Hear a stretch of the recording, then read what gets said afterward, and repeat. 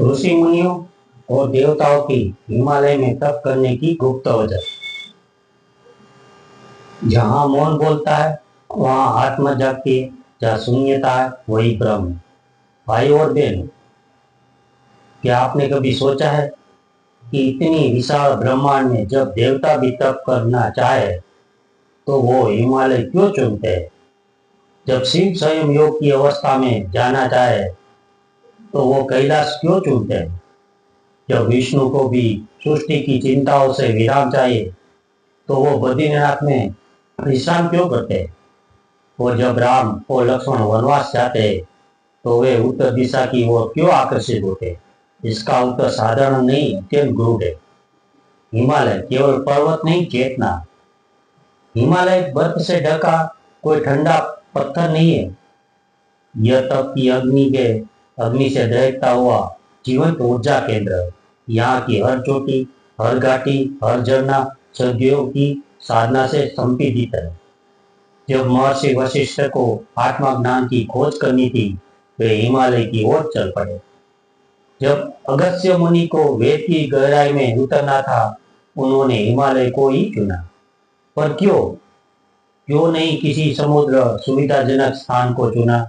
क्योंकि हिमालय में मौन की गूंज, यहाँ कोई शोर नहीं, वहाँ अंतर आत्मा की आवाज सबसे ऊंची होती है। तब का अर्थ केवल बैठकर ध्यान करना नहीं होता। तब का अर्थ है स्वयं को बदलना, अपने अहंकार को पिघल देना, कामनाओं को जला देना और सत्य की अग्नि में तप कर सोने साखा राख बन जाना। और यह परिवर्तन आसान नहीं है। इसलिए ऋषियों को चाहिए था एक ऐसा था जो कठोर हो ताकि वो अंदर से मजबूत बने, जो शांत हो ताकि उनका मन स्थिर हो सके, जो दूर हो ताकि वो मोह से मुक्त हो सके। और वो स्थान था हिमालय।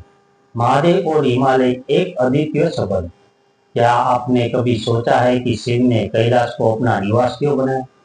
क्योंकि शिव वो है जो तांडव के साथ ध्यान को संतुलित करते हैं, वो विनाश के साथ पुनर्निर्माण की शुरुआत करते हैं। कैलाश उस ऊर्जा को केंद्र है जहाँ तप से शक्ति जन्म लेती है, जहाँ मौन से मंत्र की गूंज उठती है। यहाँ महादेव स्वयं योग की प्रतिभा बन जाते और उस योग से जन्म लेता है स्वयं शक्ति और श्रद्धा। देवता भी क्यों करते हैं तप? क्योंकि तप केवल मनुष्य के लिए नहीं है, देवता के लिए भी है। जब इंद्र को अभिमान हुआ उन्होंने भी तप किया। जब ब्रह्मा को रचना से पहले ध्यान की आवश्यकता हुई तो उन्होंने भी मौन धारण किया। तप वो अग्नि है जिसमें अहंकार जलता है, आत्मा निकलता है और आत्मज्ञान का सूरज उगता है। हमारे लिए भी क्या संदेश है? प्रिय श्रोताओं, हम सभी जीवन की दौड़ में उलझते हैं। हर दिन किसी न किसी युद्ध में भीड़ रहे हैं। कभी नौकरी का, कभी रिश्तों का, कभी खुद से। तो क्या हमारे लिए भी कोई हिमालय है? हाँ है। हर इंसान का अपना एक हिमालय होता है, वो स्थान, वो समय, वो क्षण जहाँ पर खुद से मिल सके। आपके लिए हिमालय सुबह का ध्यान हो सकता है, या दिन का एक शांत कोना, या रात को आत्मचिंतन का पल। अंतिम शब्द। इसलिए जब अगली बार जीवन में अस्थिर हो, मन बेचैन हो या आत्मा थकी हुई हो तो हिमालय को याद कीजिए। न सिर्फ उसे बर्फीले पर्वत के बलिए बल्कि अपने भीतर को के हिमालय को। वही शांति है, वही शक्ति है, वही देवता निवास करते और वही आत्मा जागते हैं। धन्यवाद।